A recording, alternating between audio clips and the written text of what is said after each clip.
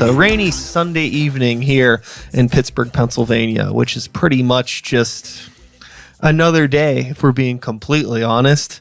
Not much changes in terms of weather. It's a pretty predictable thing.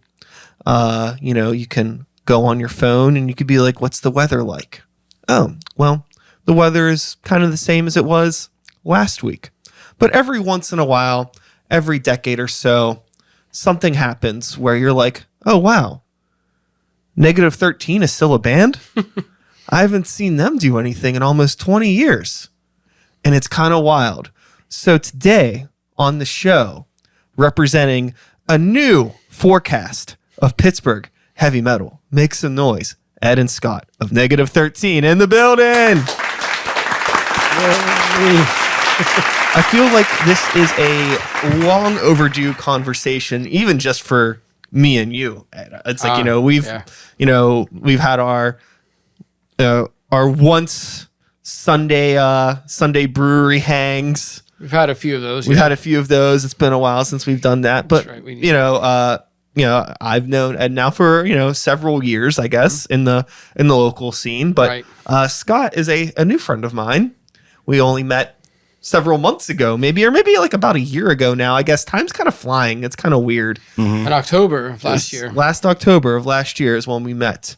But, let's skip all that. Nobody cares when we met. This isn't the MCU. They don't need the origin story. Let's talk about Negative 13. You just put out a new record, the first record that you've put out in over 20 years, and maybe in some ways your first record. How do you feel about that? Do you feel like it's a second album, or does it feel so new and so removed that it's like a rebirth?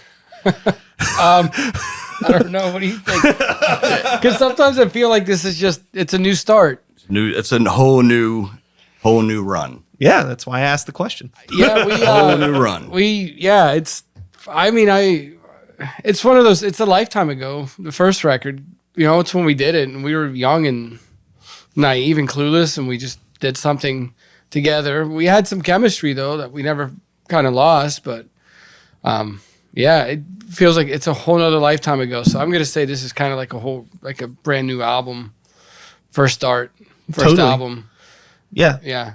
Now, with being away from the music scene for so long in terms of like a stage sort of situation, I know, Ed, you weren't playing in any bands in that time, right? I didn't play guitar. I hadn't touched a guitar in 12 years until last year. Okay. And then in that interim of space there, Scott, what was your life like? Were you on stage at all doing anything, or were you also just braked out? I was locked down. Just leave it at that. Fair enough. You didn't need COVID to lock you down. You were in it. Yeah. I can vouch for that. Yeah, I went ghost. Gotcha. Affirmative. Understood. So, with all of that being said, you take all this time away from the music scene and then you start to get back into it. Maybe this would be a better question for Scott. Like, what were some of the biggest differences that you noticed in that time frame of just being away from it for so long and then starting to dip your toes back in? The age. The age of the crowd, the age of the artists has definitely changed for me. Yeah. Yeah. Do you feel like maybe aesthetically or at its core, it doesn't feel too much different other than that though to you? No, the music scene, is music. Yeah. But the scene exploded here while we were away. I mean, and we've talked about this as a band. Like there's an actual metal scene here now, where 19 years ago it was a struggle. It was a fight to get on a bill. It was a struggle to get a gig. And I don't mind saying this. Anyone who was in that scene back then will tell you that the scene was antagonistic. There was more adversary type of behavior, adversarial behavior, than there was people actually trying to help each other out. And now I think it's more altruistic. And I think that's actually what's helped propel the scene. And, me, because as a writer too, and I interviewed you for the City Paper, and we talked about this before. I thought I interviewed you twice. We talked about how the scene now is just explosive. And I think, there's about 15 bands in the city that are releasing albums internationally, metal bands. Yeah. And they're touring the world. About 9 of them are getting to tour internationally as well. And other ones are touring nationally. That didn't happen back then. It was Zayo. Sure. That's what it was. It was just Zayo. But the underground scene here wasn't as friendly as it is now. It wasn't as helpful as it is now.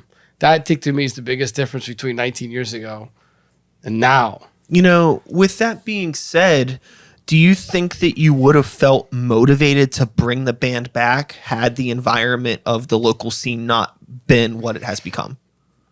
I couldn't do it. I mean, I had to rediscover. Yeah. I mean, I egged him to go out to shows. It's true. Mm-hmm. I mean, he's like, I don't think that things are going on. It's like, you just got to go out. Mm-hmm. You'll start to see what bands are doing things in the scene.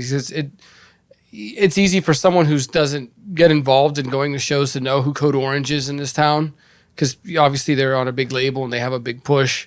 It's like, oh wow, they're a Pittsburgh band, okay, but that's not it. There's beyond them, and what they're doing is wonderful. But they too are also championing the scene.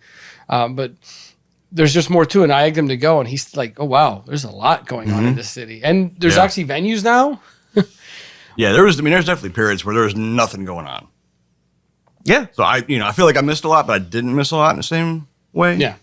It's been kind of fun with me doing this podcast because around the time that I started playing a lot of shows was like 2008, 2009, and things were really things I guess had picked up to some degree, and it started to die out again. And then by the time 2012, 2013 came around, it was like a ghost town again in Pittsburgh temporarily. Yeah. I started this podcast in 2014. And then like, as I've been doing this podcast and talking to people, like naturally, like the scene has like grown and the podcast has been able to grow with the scene. And it's been fun to see it like blossom. And I'm not saying that that's definitely not a result of my fucking podcast. It's just a coincidence. Yeah, see, Ryan's podcast debuts, the scene blows up. No way. Some of the fucking ding dongs I had on the early days, I don't even know if half those people are alive anymore, man. I mean, I gotta be honest with you, because when we were in 2000, this lineup that we had we formed in 99. Like we got together in 99. It's, we still play songs like the first 2 or 3 songs we play that we wrote then, we still play one of them. Yeah. Right. Like we love it, but, it's not who we are anymore. No, but it's still, the first album still has some special spots for us, but, we latched into the hardcore scene more than the metal scene, because the hardcore scene kind of embraced us and took us in a bit better than the rest of the metal scene. So we just played with more hardcore bands back then. The hardcore scene in Pittsburgh in the late 90s was bananas awesome. Yeah. Bananas awesome. It was, there's still some. I was at a record store in Sweden and I saw like an Endless and No Retreat CD, and I was like, "Whoa, look at this!" It was Endless, No Retreat, Boat Upon Frustration, Gut Wrench, Alan. Yeah. So those were the bands that we played with back then. So I got to say we latched into that. When we tried to branch into the metal scene, we didn't really find any love or respect, and it's cool that at least that aspect of the scene still remembers us. Yeah, no, that's great. I think that it's been really fun in general, outside of just the music scene, but to watch the local metal scene become way more friendly and way more communal, like social with each other. Because that also wasn't a thing. Like when I was, the first metal band that I was in that was playing shows would have been Ascend the Fallen, which that was with me and Colt from Grey Walker. We were in that band together with some other people. And at that time, it was metalcore. That's what we were doing. Mm-hmm. It's not too different from what Grey Walker is now, just not nearly as technical and the pseudo thrashiness that Grey Walker might have from time to time. That wasn't there. You know what I mean? It was more just like straight up like metalcore of the era, right? But the bands that we were playing with, it was like a lot more of that like MySpace hardcore type stuff, or like the bands that want to be like All Shall Perish, or the Job for a Cowboy type bands and things like that. And we really weren't any of that. It was really hard for us to like find a place where we felt like we belonged. And a lot of those bands weren't like always the coolest to us, you know? Whereas like now, like Greywalker, there's not many bands that we like sound exactly like in the city, but we can play on shows with pretty much any metal band and like it works. Because there's not that pressure to feel like you need to be like a competition. And the bills now are far more diverse. Yeah. Right. We've already played 2 shows back. One of them was the Millville Metal Festival. But the first show we played at Black Forge, it was we played a thrash punk. We played with a grind band. We played with a groove metal band. It's like that wouldn't have happened before. Everyone wanted to try to sit like, well, there's got to be 4 hardcore bands on one bill, 4 death metal bands. Yeah. And now I like the fact that it's just a celebration of our scene. Yeah, no, I like embracing the diversity because it really pulls out that like any dumb need for competition. Like, oh, like my death metal band's going to be way more better than your death metal band. It's just like, fuck it. We're the only death metal band on the bill. And it's funny that you said MySpace, by the way, because we were like, we joke about this at band practice. We stopped playing in 2003, like when we first stopped. And that was before MySpace. Then MySpace ended. Like MySpace is already over, and we're back. Like we didn't even get to set up a MySpace page. You totally missed an entire generation, which may be like for the best. Yeah. There's not a whole lot of artistic good that came out of that generation, to be honest with you. As somebody that hosts a MySpace themed dance party every month, but it's very much like an exercise in nostalgic cringe that you have a soft spot for. Right. So, I mean, there's a lot of that stuff that I enjoy. I think a lot of fun, reasonably embarrassing but fun pop music came out of that era for sure. Yeah. But like what it contributed to rock or heavy music, I'm not too sure. I'm sure someone could make a good argument. I'm sure there's bands that came out of that era that I'm not thinking of in the moment. But one band you just said in the moment. In this moment. Oh, in this moment, yeah. Well, that's it. Like it came to mind. I remember doing a long research for an article, and that's the band that got signed because of their MySpace followers. That's funny you said that. This was not we didn't talk about this before. Well, that's why I don't. In this moment, they got signed because of their MySpace followers. We thought about in this moment, in the moment. Right. What a moment. Kodak moment. Yeah. Sponsor me. That's the only band I just thought about that. I was like, wait, that was a MySpace metal band. Yeah. Yeah, no, there were definitely bands that came out of that era, and a lot of them were very successful. Probably Devil Wears Prada too, for all. Sure.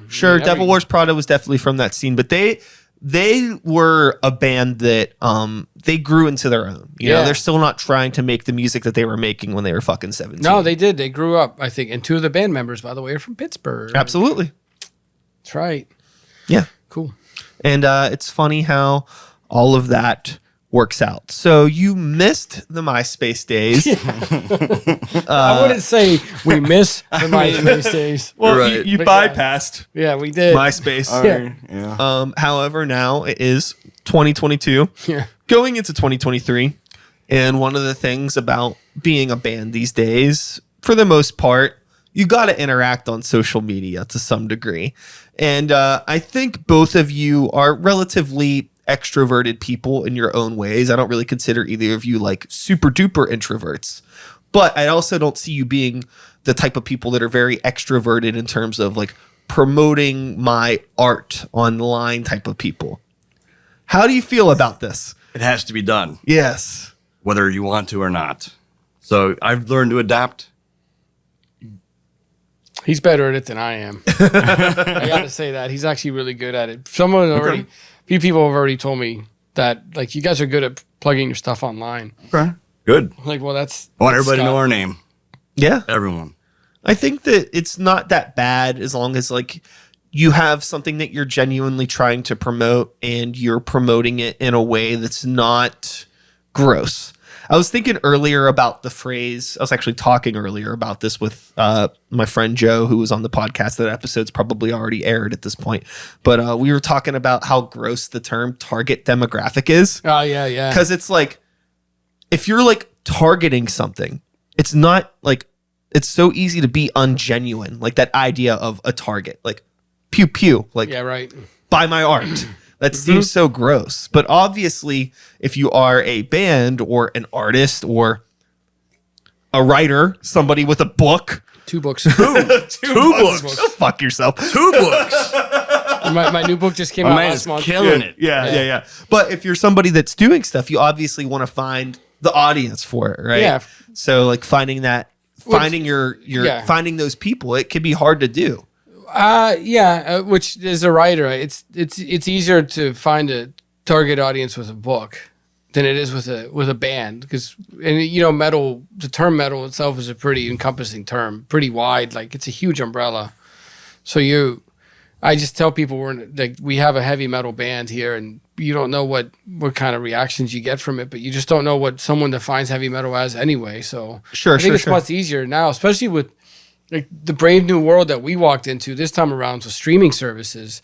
No one loses anything by clicking play on a song. You don't even need a streaming service account to hear a song now, because you just go on YouTube, and it's just a brave new world for us. Someone could just go click and listen to one song, and it helps you, but it helps them. And if they're hooked, they're hooked. It's kind of weird. So like I'm an introvert, but I'm an extrovert when it comes to promoting what I'm into. Sure. You know what I mean? So I just kind of bring myself out to push the message forward. I think that I think maybe we relate in the sense that I find myself most of the time to be like a pretty introverted type of person, but I'm gladly willing to put myself out for things that I care about and put myself in situations that I want to be in. But like I have a really hard time bullshitting extroversion. Like there's a lot of people that can be fake. Like, and I don't want to be around just to be around. Like I only want to be around the stuff that I give a fuck about. Right. And if I don't give a fuck about it, get it away from me. Yeah. If you're not passionate about it, why are you doing it? Yeah. Yeah, but Scott's definitely good at the Instagram, Facebook stuff. Better than I am, yeah. I'm trying to step away from social media platforms, to be honest with you, but he's better at it. Yeah. What have you found? I'm determined is what it is. Yeah, you are. And it's just a whole new thing. And again, you don't even know who that reaches anymore. Yeah. But somebody will see it. Yeah. More people see what you put online than people will ever interact with it. And that's like the thing that always like blows my mind. Like there will be somebody that comes up to me at a show or at a bar or something like, oh, hey, I listened to that podcast that you did with so-and-so.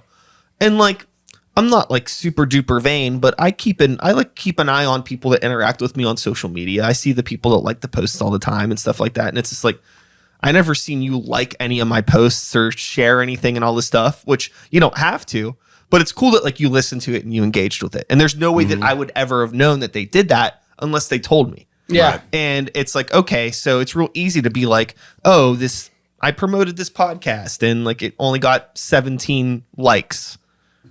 Yeah. That doesn't mean that only 17 people listened to it. And that doesn't mean that like, No. I mean, granted, it's still like if I could talk for an hour with somebody and somebody wants to listen to it, that 17 people doing that's kind of crazy, to be honest with you. To be honest, it's just like, but it's, your reach is always way more vast than you'll ever know. And I just try to remind myself that and not let myself get like disheartened or bummed out because of like low interaction or anything like that, Yeah, now you just put it out now and see what happens. Our drummers keep selling us, Google our name, put our name into Google, and when you see what comes up, I'm like, all right, that's cool. Yeah, he's also kind of excited about the whole new brave new world thing that we're walking into now. When we started this, we didn't plan on anything other than getting together and playing because we need to, because we have to. You know what I mean? There was nothing else other than I need to freaking play some goddamn music. I'm going crazy. This is our opportunity. Let's do it. Plus, let's do it. Let's just go. We had some unfinished business. We kind of ended on a sour note. I mean, we got over that stuff now, but that was 2003. We were 1999, 2003, and we were just getting started. Like it took us 4 years to kind of finally fit into a groove, I guess. Yeah. and we had written a whole nother second record. We recorded our album, the first album, in like the autumn, like August, September of 2002, but we didn't put it out until January of 2003. But by that time, we had recorded the whole first album. We already had 2 songs written for the next album. Right. And like within a month after we recorded that album, we had written another 8 or something.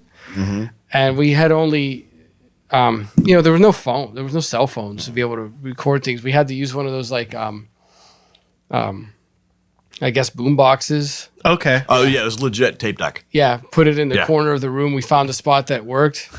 Yeah. And we just like, well, let's just play the songs that we have front to back. And it filled up like, okay, well, I think we have to flip the tape. It's like, we have like 45 minutes of music. It's like 9 songs here, and they were incredible. We don't have that tape anymore. I wish we did. But I still, when we left the band, like it was still very sour for me personally, because I'm a creative person and I hate not, like it was just like, I didn't have a way, what happened to that music? And it just felt bad that we didn't have it. And we lost our outlet. Yeah, I clung on to that for all those years. I was so upset about it that I just stopped playing music entirely. I said, well, I'm going to go to college, and I'm going to go take on a whole nother life. I sold every piece of musical equipment I had. It's so intense. I left it entirely. There are a lot of people who know me who had no idea that I once played in a heavy metal band.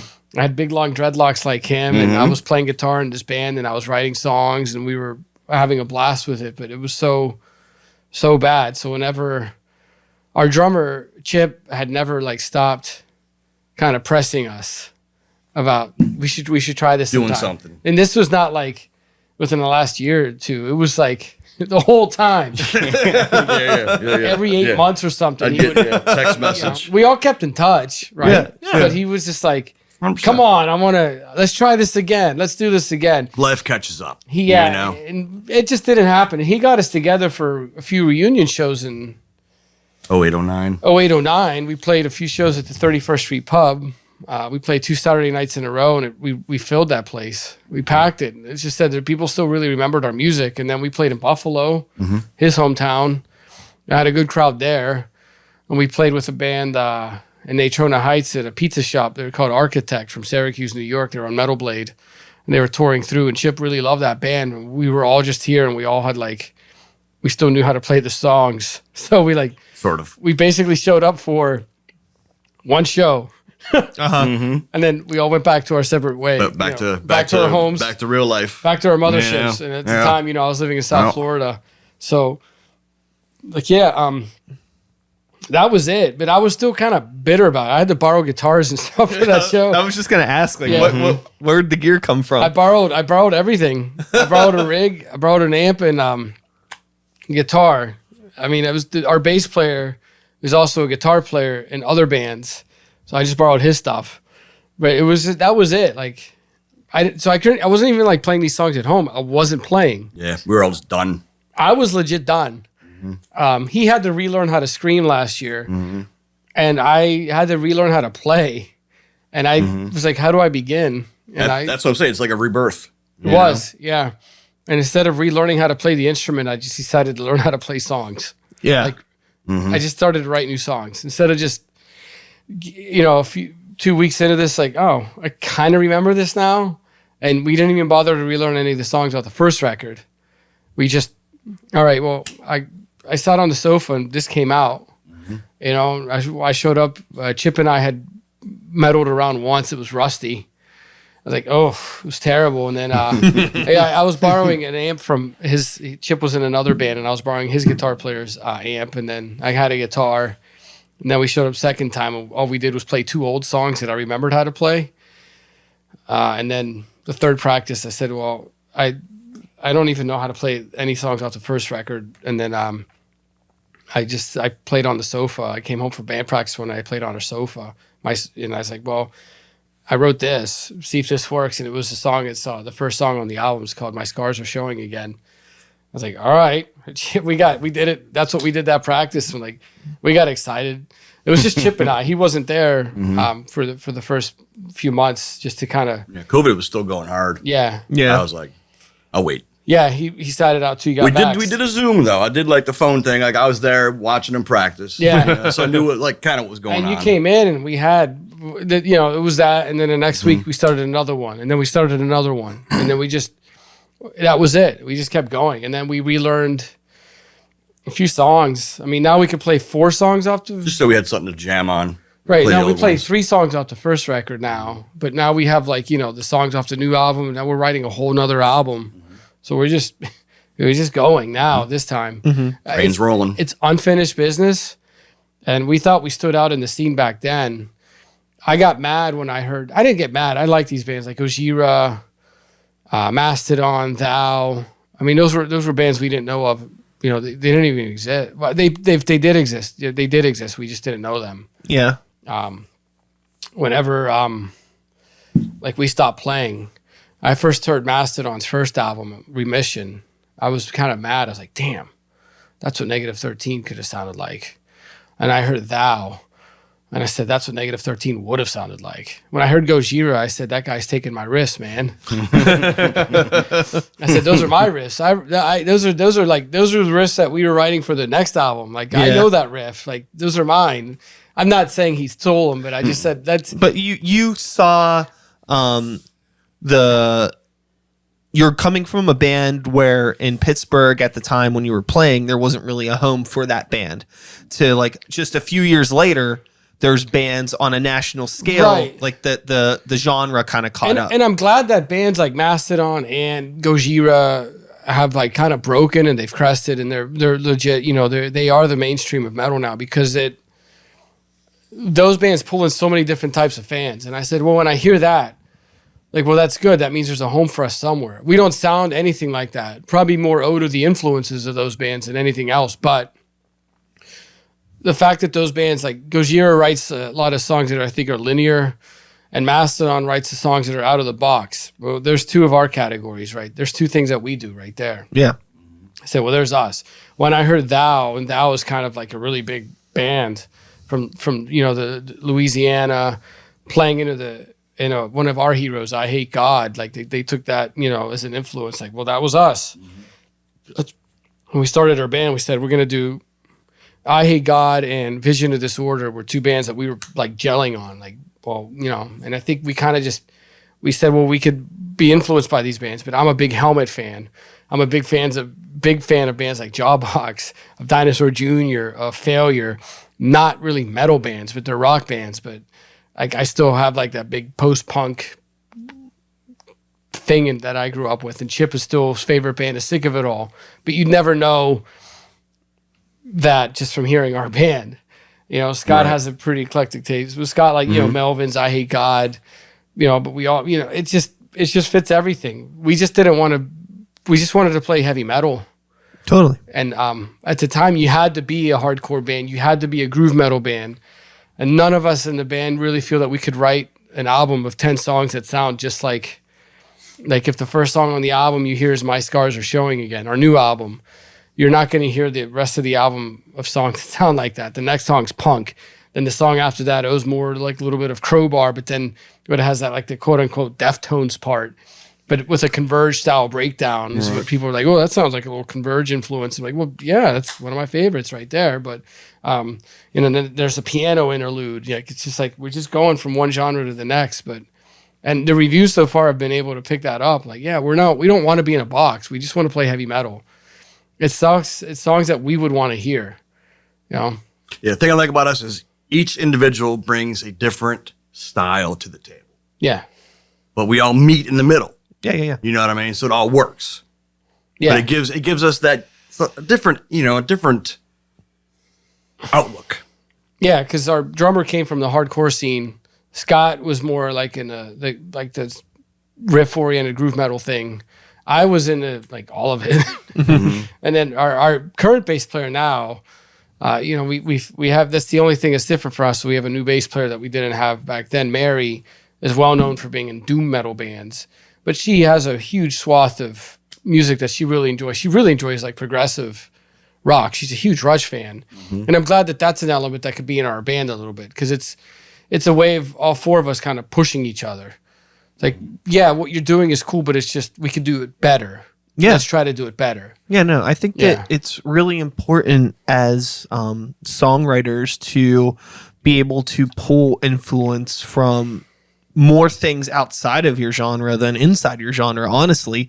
Because if you start pulling from inside your genre too much, then you're getting really close to like, well, is this going to just sound like another Gojira song or not? Right. Like when I think about like pulling influence from people, it's like, oh, like the dynamic intensity of a Bjork song is really cool. Yes. Like how can we work that into something that's heavier? Right. Or like, you know, I really like the progression, like the way that like a modern pop song structure that really leans on things being catchy that get stuck in your head. It's like, why can't we have a riff in a song that has that same sort of like earworm riff?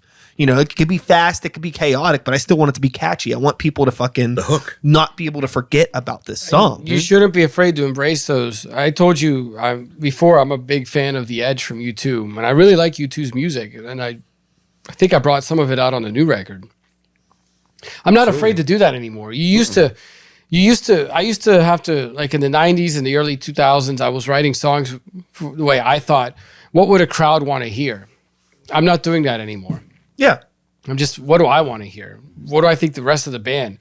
My audience is Scott, it's Chip, and it's Mary. That's the audience. Like, what do I think can we jive on? And I'm surprised when I bring in riffs that they're like, oh, I like that. Like the song on our album, Pain Prism, there's that melodic like breakdown in the song. I was really shocked when Chip said that's his favorite part. You know, one of the songs on the album, Villain, people were like, wow, that's slow. But whenever I recorded the solo for that, they're like, oh, we love that part. I'm like, that's so me ripping off The Edge. I don't think I'm not ripping off a U2 solo, but I've always liked the solo from New Year's Day. And it's so simple and just to the point with the delay pedal. I was like, I want a solo like that. And that's kind of what I did with that song. And I'm a big fan of Fleetwood Mac too. And that's like, I'm not afraid to say that. And Depeche Mode and The Cure and New Order, those are some artists my sister got me into. And I think those are some songs that, like, I wish I could write a song like Robert Smith. And I guess I could. It would just be much heavier now, you know. But I like the way he plays with.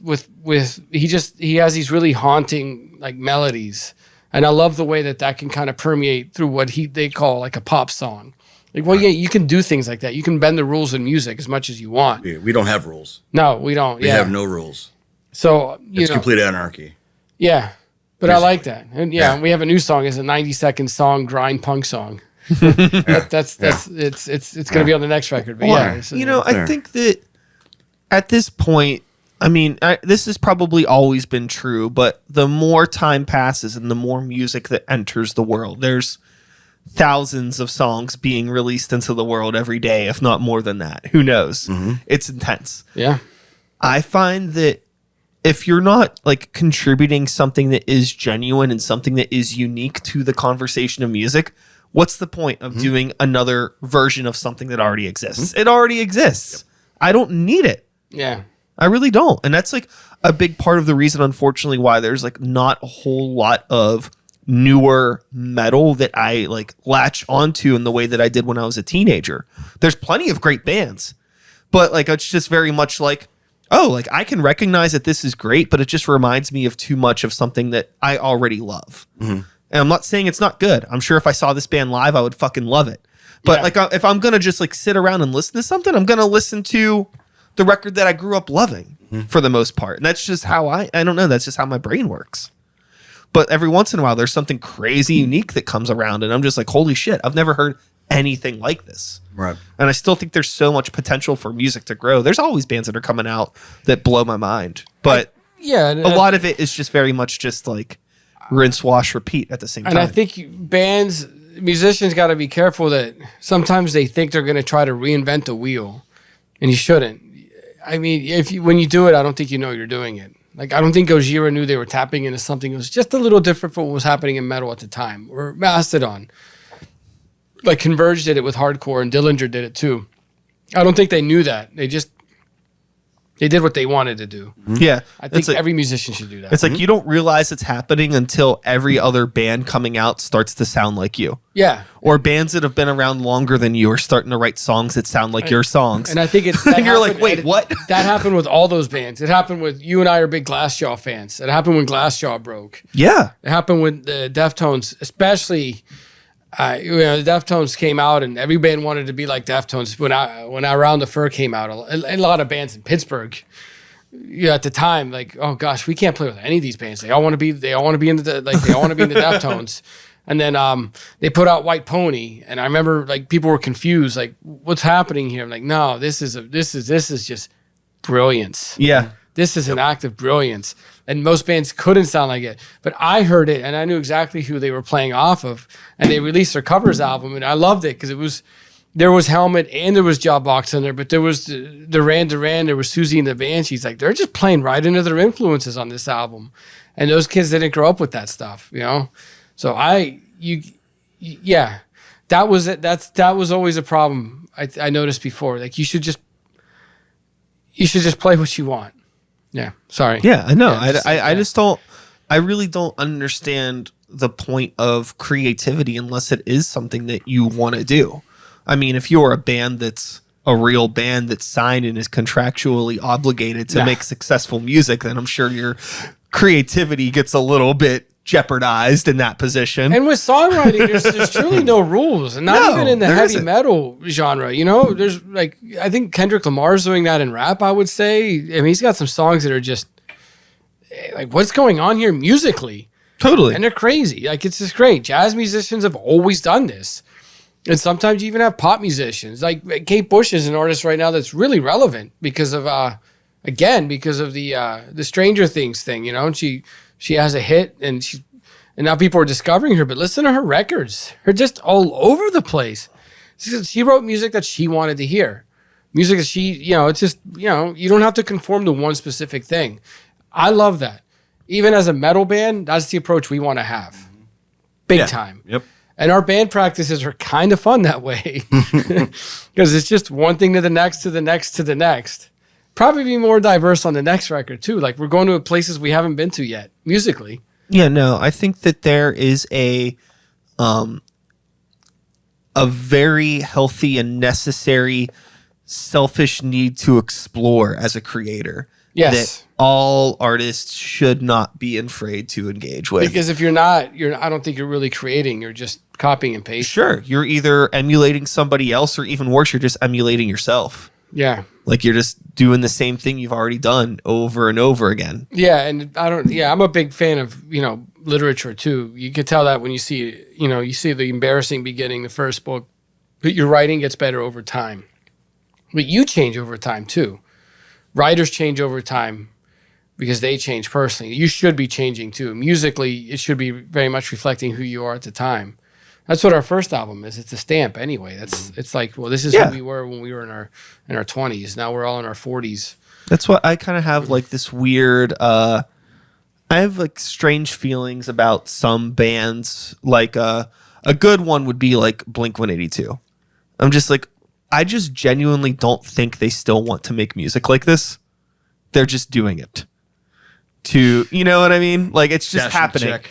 And it just doesn't feel genuine to me. Now, I've never been a huge Blink-182 fan to begin with, so maybe I'm coming from a place of, genuine negativity, but I just don't feel like that's like, why does this exist? Because it sells. Yeah. And I think they have the talent to go, like, take their sound a bit deeper. Sure, but I mean, if they did, they'd probably get hung out to dry. There's like a lot of those bands, like a My Chemical Romance. Whenever whenever they put out a record that was whatever they wanted to do, everybody hated it.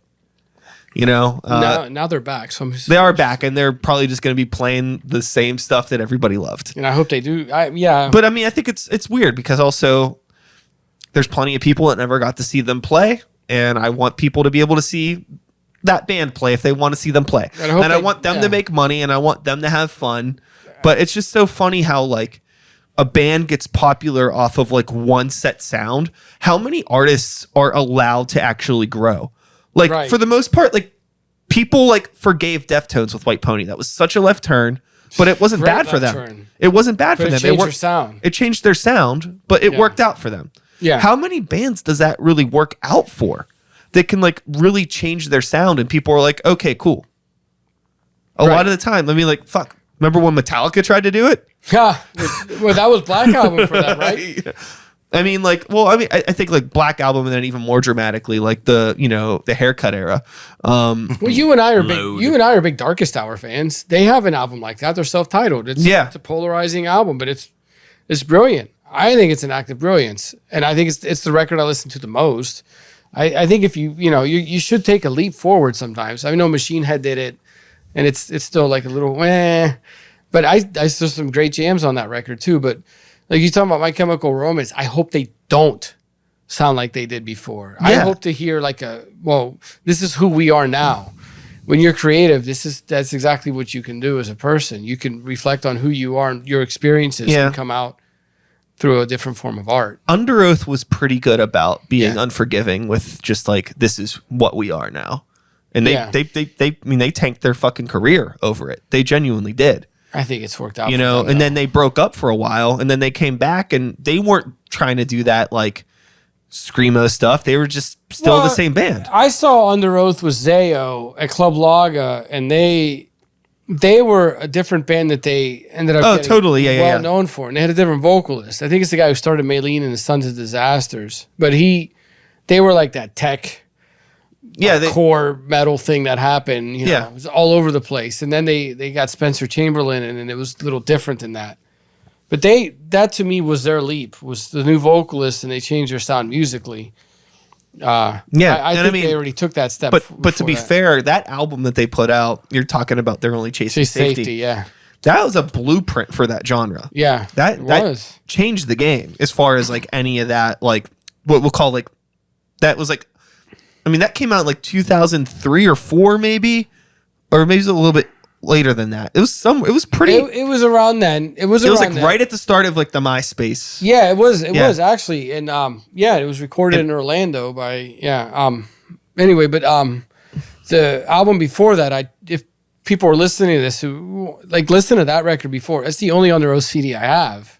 It's so different. You would never hear that. You would never put that CD in and say that's Under Oath. Yeah. But it is. Like, they had a huge shift in their sound with the new vocalist. Big time. They weren't playing with clean vocals that much then, It was just a different thing for them. But it's interesting like how over the years they've like, not to the degree of what they were doing, but they did reintroduce more chaotic song structures and song elements back into their music, and I think they found a really interesting way to blend it and become something that was like really unique. I saw them live when they were here just this past year, and they're a really, really great live band. Oh yeah, okay, yeah. I haven't seen them with that lineup at all. Yeah, I mean, it was good. I only saw them once at Club Laga. Yeah, I mean, they were good, and I think that they found a way to do it, but obviously they're not anywhere near as big as they would have been if they would have stuck with the sound. So I think that's like a really interesting commitment to make as a band. If you know that like your genuine art, because if you know your genuine artistic direction is going to like be bad for your career, but you need to do it as an artist, versus some bands that maybe decide to shift their creativity in like lieu of like, we know this will help get us more fans.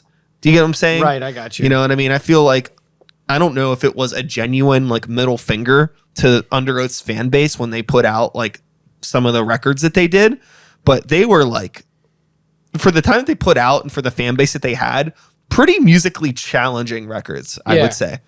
And it's interesting that they did it. It's cool. It was very obvious to me. It's like they're just genuine artists that are growing up, because with time, you want to do different things. And it's just like, you can't expect this band to want to do this. You're not going to be the same person. Unless you're Blink-182 and you're, in your 50s and still doing those songs. Whatever we were angry about back then isn't, It's weird to me, dude. It's just so weird. And songs about dicks and... Yeah. Sure. I don't get it, but... like you said, it works for them. Totally. Obviously. I'm really reticent about that Limp Bizkit reunion, because... I have no idea what the heck Limp Bizkit did back then. And that was another one of those bands back then when we were playing. It's like, do you guys sound like Limp Bizkit or Korn? No. Well, okay, but we do. You guys want to play with us? We're like, well, sure, but wow, that was a big band back then. Yeah, Man, look how different the metal scene is, though. Yeah, they did blow up. They did blow up, but they had attitude and charisma for days. They were like, Limp Bizkit worked just because they were so fucking MTV. You know what I mean? Like they had the videos and the personality for it, and the songs were bouncy, and it worked. It was lightning in a bottle. Band, perfect for the MTV generation. Yeah, they were the Yo MTV Raps Headbangers Ball crossover, and it worked right for suburban America. Yeah. Perfect for suburban America. Yeah, they were the band for that era. I mean, you could play those songs, like in malls. You could play those songs at skate parks. You could play those songs at sports games. But soccer moms listen to Limp Bizkit. Sure, it was very universally just like palatable. Yeah, you were there. I mean, yeah, I loved Limp Bizkit when I was a kid. You were, yeah. See, we were already. Yeah, I mean, I was a fan. I'm not gonna lie. I mean, they had some good songs. I did get them to sign my first their first CD. I mean, every song is not great. Yeah, but I do a have couple that are $3 good. bill, y'all, and I got it signed by the band. I still have that, by the way. Yeah, but I still, yeah. I just where they went from that album was like, whoa. I don't think I can't jive with this anymore. Sure. It like leaned real. I mean, it just leaned real MTV. That's just really that's it. Just what like it was. Born with Issues. I mean, Life is Peachy and Self-Titled hold a special spot in my heart. Yeah, and I can't take away from them. And I've listened to the records since then. Like, I think the last two records they put out are phenomenal. Yeah, so I listened to the last one. I agree with you. It's pretty good. It's really fucking good. It's really good, and it's like wild that it's like. Yeah, but they were a shift band. They were one of those bands. As soon as they came out and they broke, it was. I saw them at Metropole, and Limp Bizkit was the opener, by the way. And Limp Bizkit wasn't even signed then. Limp Bizkit played first in a rap group called Delinquent Habits. Played second, and then Korn headlined. It was 1995 in October, and Life is Peachy had just come out. So, 2 years, 3 years later, they put out the album was Follow the Leader. Freak on a Leash. Yeah, it was a Todd McFarlane cover. That's when every single guy I knew that played guitar wanted to go buy a 7-string now. And then they wanted to and every guy in every freaking band we played with, they were sporting the Adidas pants, the Adidas shoes. Yeah. Dudes were trying to grow their hair long and dreadlock. Guys wanted to sound like Jonathan Davis. All the nose rings came out in the scene. What are you guys doing? So, we were jamming on Metallica records last month. It's so wild because I was a Korn fan when the first album came out because there was this kid that lived above the apartment. My dad lived in this apartment, and there was a kid that lived above him that rode a skateboard around. So I thought he was the coolest fucking kid in the world, right? He was maybe 16 or 17. I was fucking 8 or 9, right? So that would have been 94, so I was 9. And I remember he knew that I liked heavy music and stuff like that. So he let me borrow a copy of the first Korn CD, and it fucking blew my mind. I never heard anything like that. It was so unique. Right. So much attitude unless you listen to and Faith anger and stuff like that. Unless you have Angel Dust. I did listen to that stuff, but even still, it's so much more intense. It is. As an adult, I can definitely see the parallels, but as a kid, that's a thing. It's also my dad listened to Faith No More. My dad didn't listen to Korn.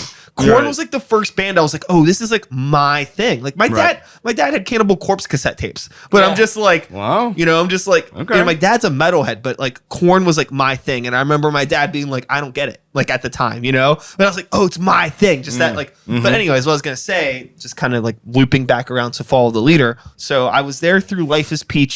I had a Korn shirt on in school. I remember getting made fun of for my Korn shirt because nobody knew what it was. And then Follow the Leader comes out, and all of a sudden, every fucking kid that I know knows Korn now because Got the Lice on TRL. Yeah, right. And it was the first time in my life. Not only was Korn the first band I was this is my band. Korn was the first time in my life where I was why is everybody my band now? Right. What happened? It was such a strange sensation for that to happen. Yeah. No, it's true. Faith No More, Angel Dust, right? You talk about that, right? It's one of my favorite records still. Helmet, anything Helmet's ever put out. But Betty and Meantime, listen to those records. you got Korn riffs right there. Oh, totally. That's it. And Biohazard definitely played a part in all that. And those guys were downplaying all that stuff, but bull crap. The other thing that was really interesting too about Korn was I also remember around the time that Follow the Leader came out, like going to like record stores and looking at magazines, like seeing fucking Head and Monkey on the cover of like a Guitar World and being like, whoa, this is weird. Cause like I was so used to just always seeing like Jimi Hendrix or like, you know, like whoever, you know, fucking Hetfield and Hammett or like, you know, on those magazines. Yeah. It was like, these are like, I was like, what? It was like, it was like, you know, redefining the sound of guitar or something like that. Like, what? I know. This is so strange. Yeah, and I'll give them that. They did. And yeah, they totally did. But it was They like did. so wild to see all of that happen in such a quick amount of time. You know what I mean? Because it was like, again, that was the first time I saw a band that like nobody knew about. And it just blew up so quick to like an astronomical level. And it was such a meteoric rise, and I'll give them a lot of credit. They stayed there. Oh, yeah. They're still, I mean, that's the thing. That album, that first Korn album came out almost 30 years ago. Almost 30 years ago. Okay. You know, so, you know, and they are still, you know, they still arenas, play like man. arenas and, you know, like out at Burgettstown and all that stuff. They're And still people come out. new music, yeah. They still release new music. They really, they sound better than they ever have. I did see a Korn show. It was, I think, their second they had like a second self-titled record. Oh, Remember Who You Are or something? Yeah. And I saw them at Mayhem Festival, and that was the album they were promoting. And I was just blown away. I was like, well, I'm going to stay for Korn. I just want to see some of it, like half of it. Like, let me see two songs or something just to see them again. I just stayed for the whole show because I just like, well, one more song, one more. They just kept going. You know, blown away because none of the songs they played were off the first two records. And they only played Freak on a Leash like toward the end of their set. Everything was still like, this is what we've done over the last few albums, and here's what we're doing off the new album. The crowd was just intense. Yeah.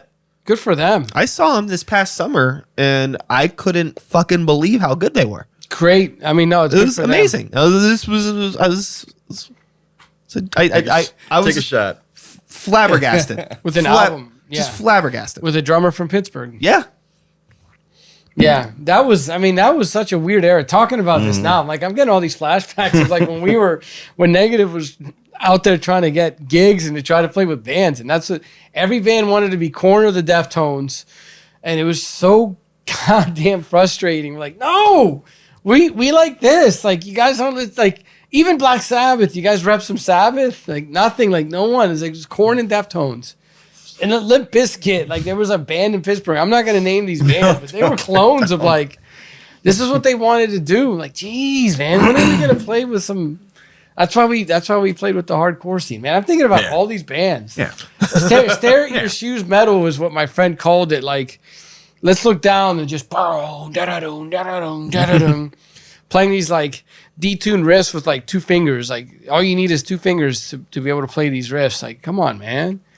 I was, and there we were, right? Very aggressive, and people thought you were like with the dreadlocks, like you looked like you were like into that. That was the era. But your dreadlocks predated the Korn rise. Because we would show up to shows, and Chip, our drummer, had dreadlocks too at the time, and they thought they knew what they were going to see when they saw us. Like, well, what's going on here? What are you guys playing? Like, it's just different. This is like something called doom metal. Yeah. But it wasn't like, we didn't have a name for it then. You know, I was bending strings and playing really slow music, and we're just like, well, Angry. Yeah, angry and shit. Yeah. Get some anger issues going on. And be like, that's not what Korn sounds like. Where's the bounce? Where's the stuff? Like, it's not gonna hear it. This ain't California. Yeah. it was a bizarre time, man. I'm really glad the scene has changed now. But yeah, that was thinking about all these stories about Korn and all these guys. Jeez. That's all everyone wanted to be. That's it. Everyone was just a clone. It's probably why the scene was kind of stagnant. Everyone wanted to be someone else. Well, I think that, you know, even though those bands at the time, like a Deftones and a Korn, they were like underground to some degree. You could see the water boiling, right? So I think that a lot of people knew that that was going to be the next big thing. So a lot of people were trying to jump on to ride that, to also be a part of that thing. And labels were scrambling. Like when Nirvana broke, all the labels wanted to get another Nirvana. And, every band wanted to get, every band, that was it. Grunge, modern rock, they called it modern rock, kind of came to that. When Korn broke in the metal world, all the metal labels were like, do we have to do something like this? We have to get bands like that. There's so many bands like 40 Below Summer, Flaw, and because even that first Korn record was still like that was like Epic, right? Epic Legacy, Immortal, whatever. One of it was still like Sony, a subsidiary of a big label. Yeah, and Incubus got signed to that label too. So did a band, and then a band. See, then I was like into Immortal. There was a band from Sacramento called Far. That's what I was into. I still have that Far record, and that's that whole like. That's where that Failure band that I really like. Yeah. That's that whole like culture of like, it's heavy, but it's just really rock music. Like with some of these tinges of the Replacements and post-punk and Fugazi, that type of things kind of clashed into it. But yet you're bending the rules a little bit in the rock scene. And some of those rock bands got lumped in with the metal bands only because they were just playing with heavy tones. I think to be fair, and I've never really thought about this, but like bands like, Failure bending the rules in the rock scene. I think a band like Korn was just bending the rules in pop. I can see that. Mm-hmm. I mean, they just took over MTV. Nobody asked for it, but it happened. I mean, they were just writing like really heavy experimental pop music. Yeah, and then to some degree. And then the other bands with weird guitars and shit, Yeah, and then the other bands came. Yeah. I don't know if Limp Bizkit. I mean, because Rage Against the Machine. Without Korn, there's no Limp Bizkit. Easily. Yeah, but Rage Against the Machine had broken, 92? Totally. But that was like, that was a much different Faith No More and Biohazard. And there's a band called, I'm giving my age away here, but Mordred. Someone right now listening to this is going to say, Mordred? I haven't heard that name in years. And that was the first time I ever saw a metal band with a DJ. Mm-hmm. It's like, so there were bands already kind of breaking those rules, but Faith No More had one song that was that rap metal kind of thing going on, Epic, which is still their hit. And it's the worst representation of their catalog. Right, because if you dig into their catalog, I mean, they're one of my favorite bands, period. Totally. And if you dig into them, you'll just know they like us. Like, they just do whatever they want. I can't tell you how many times, and you've probably dealt with this too, where you get into a conversation with somebody and you're like, oh yeah, kind of like Faith No More. And they're like, oh, the band that has that Epic song? And you're just like, fuck, you don't even know. You have no idea what you're missing. Deep dive. Yeah. Right. And Mike Patton single-handedly is one of the greatest vocalists ever. Mm-hmm. Sure. Yeah. I mean, I can say he's the guy. But that's, I don't even know where we were. I just lost that. Sorry, listeners. It's a podcast. You go off the rails. That's how it works. Talking about how, like, but that's how music grows, right? Like, we heard it when I heard Korn, and I said, I was a big Helmet fan. Like, well, they're taking those riffs too. They're not taking them. They were there. I mean, Helmet had those, like, head bobbing riffs. Yeah. Right. Every song from Helmet, you just I mean, you can always backtrack to something. Like, it's easy to be like, oh, I've never heard anything like this band, or this band is so original. But you could always rewind time and you'll find what their influence is. Because everybody has an influence. Yeah, and it's nothing wrong with that. Yeah, no. You're going to have an influence. But yeah. It's interesting to see how music through time, how it influences itself and how it cycles around. And I think the real ones stick around. Yeah. That's why everybody wanted to be Korn. Korn is still here, and none of those other bands are. Right. It speaks fucking volumes. And the Deftones are still here. Yeah. And yes, there's quite a few bands that have made it. And you and I are big Last Jaw fans, and look, they're still here too. Yeah. I wish they were around a little bit more, but they interact on their own accord, which is also respectable.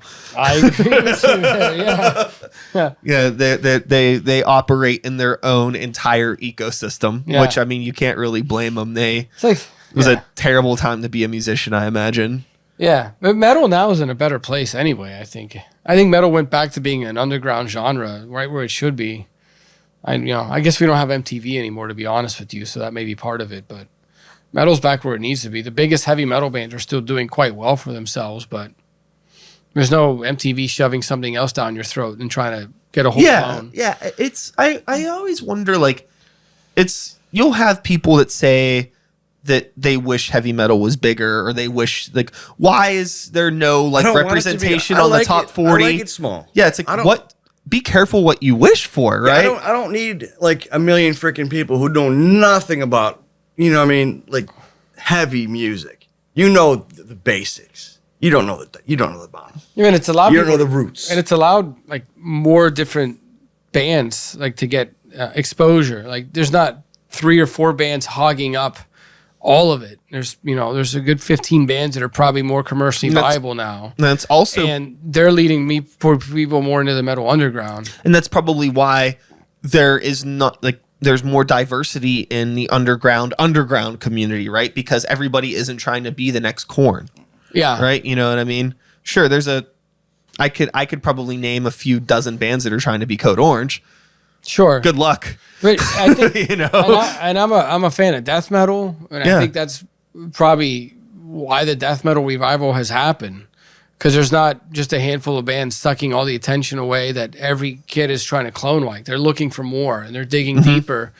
And I think death metal's had a little bit of a revival because of Definitely. It's been really interesting to see people more into like traditional death metal, old school death metal, whatever you want to call it. And we gotta say this: the best death metal label right now in the business is right here in Pittsburgh. A $20 spin, hands down, hands down. And he's got the best bands right now, I think, in death metal are on his label. And I love my Tomb Mold and I love my Althar. But yes, but I think that's part of the reason why some of these bands have kind of found a home in black metal. Oddly enough, too, has some sort of viability now that it never had before. You know, maybe like Panopticon is up there. Just the Deaf Heaven found this weird niche that just elevated them to a whole nother level. And I love that band immensely. That's just, I don't think that would have ever happened before if we had something like MTV or telling us what we need to be liking. You know? Yeah. I don't know if Deaf Heaven would have been an MTV band. I'm sure there's some cynics right now saying, yes, they would have been. That's the kind of crap they would have played. Like, no, they wouldn't have. Yeah. No, not at all. Not at all. You know, I'm always excited for the future of music. I think that my disinterest in heavy music right now is more than likely temporary. I'm sure my next favorite band is just waiting around the corner. My next new favorite band, I should say. It's Negative 13. That's it. Choo, choo, choo. That's your next favorite band. Uh-huh. Yeah. One album. We just did our debut album, re-debut. Mm-hmm. Yeah, we'll keep it going though, man. We're pushing ourselves too. Right? We're just getting started. Yeah. Just getting started. Yeah, I love it. I love that there are so many positive voices and encouraging creativity in the music scene in general, but also just in like what I consider my home base, which would be, you know, metal, rock, guitar stuff. It's my home base too. It's really, really great to see. You know, the one thing that I didn't, I wanted to ask you, Ed and Scott, and I mean, I've known you for a long time now. I mean, we've known each other so long. Yeah. All these years. No, way back, right? Yeah. But even though you weren't playing music for a time, you were always listening to music. Yeah. And like, so you always had your finger on the pulse of like what was changing and what was going on in the scene. I mean, you were writing about it in different ways through various mediums and things like that. But Scott, I don't know like what your interaction with music had been since you were performing till now. Were you still like keeping up with a lot of stuff, or are you like really checked out? I thankfully Eddie has filled me in because I've missed like 15 years of music, so I'm now catching up slowly. Yeah. I got you into Thou. Mm-hmm. We're like, you gotta listen to Thou, man. Yeah, there's a huge gap. I got our drummer into Thou too, and now they're like, yeah, Thou's the band. Yeah, that's what we could have sounded like. Yeah. We would have kept going, right? We'd probably be like 10 albums into our career now. Yeah, he feeds me a lot of new stuff, which is cool. Yeah, there's so much out there. I'm always looking for new bands. That's I haven't stopped being a fan. When I wasn't playing music, I just became a bigger fan than I had ever been because there was no stress, I think, attached to the scene for me anymore. Like attached to playing music or anything. It was just I can relax. I can go to shows for the sake of going to a gig and not having to try to promote my band or do any of those things. Back then we used to have to freaking pass out flyers for gigs, Telephone poles, and yeah, you'd have to go handbill outside the gig, even if you weren't going. Well, so and so's playing in town tonight. Let's just go outside the venue and just as soon as people are leaving, pass them out. Yeah. We don't have to do that. Like, I didn't have to do that for all those years. Now you don't even have to do it anymore, which is great. But yeah, I love metal. I love hard rock. I love guitar-driven music. I'm always digging for new stuff, and I've been all over the world for it now. Yeah. I mean, you know that. It's just what I do. Nope. I love what heavy metal can do for people and how heavy metal has been interpreted by people. And there's some crazy stuff going on out there, and the way that people can just take the sound of a heavy distorted guitar and completely manipulate it. You know, I think Our Code Orange is doing something cool right now with their industrial kind of thing, but that's just a band like Vane, Chip and Iron Vane. Vane FM. Yeah, they got like that whole like EDM like hardcore thing going on. Like what is this? With the drum and bass beats going on underneath, or yeah, it's like that's what you can do with metal in that regard. Yeah.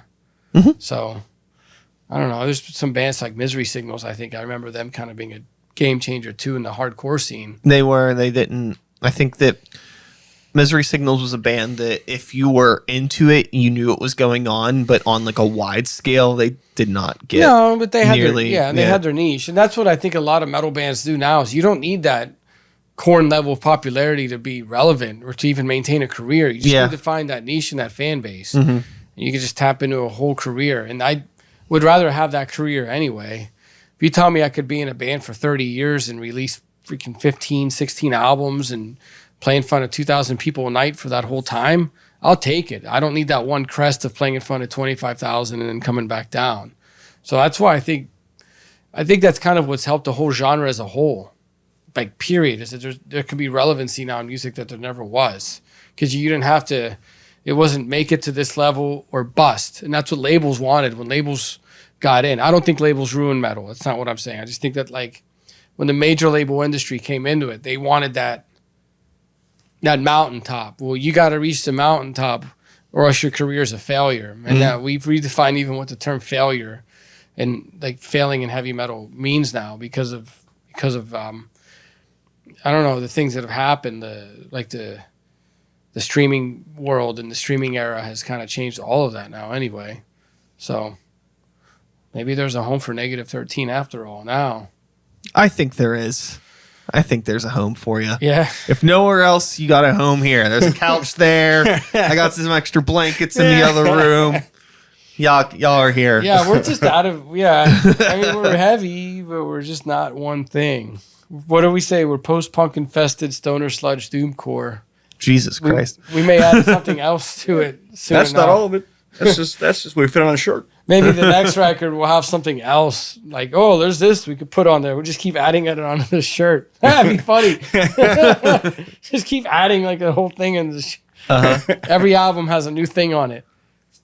I'm down. Yeah. Love it. It's a new shirt, by the way. It's available on our Bandcamp, -13. I plugged it. Nice. Yeah. Hell yeah. Nice. Well, gentlemen, I'm going to pull the plug on this conversation. I think we've had a lovely hour discussion, a lovely 60 minutes with my 60 minutes camera setup. That's right. 3 camera setup. You already know the deal. -13 is the band. I will have a link to any of their relevant information in the description for this episode. Catch them at a show. Listen to the tunes. If you see them out and about, because they're around supporting the scene even when they're not playing, That's right. say hi. Introduce yourself. Tell them that you listened to the episode. Tell them that Psych sent you. Right. Nice. Thanks for having us. Yeah, you're very, very super duper welcome. This Brandon. is cool. Yeah. Hell yeah. Thanks. I'm glad you guys had a good time, had a blast. You guys are always a good hang. You know, we can sit and talk for We try hours. to be fun. Yeah, we honestly, we could talk. I'm sure we're going to end up talking much longer after I hit stop on this. But I will be back whenever I am back. I don't know when it'll be. Schedules are for nerds. The episode will be up when it's up. Deal with it. Nice. Goodbye. That's a terrible way to end the episode. Thanks for listening. We love you. Goodbye.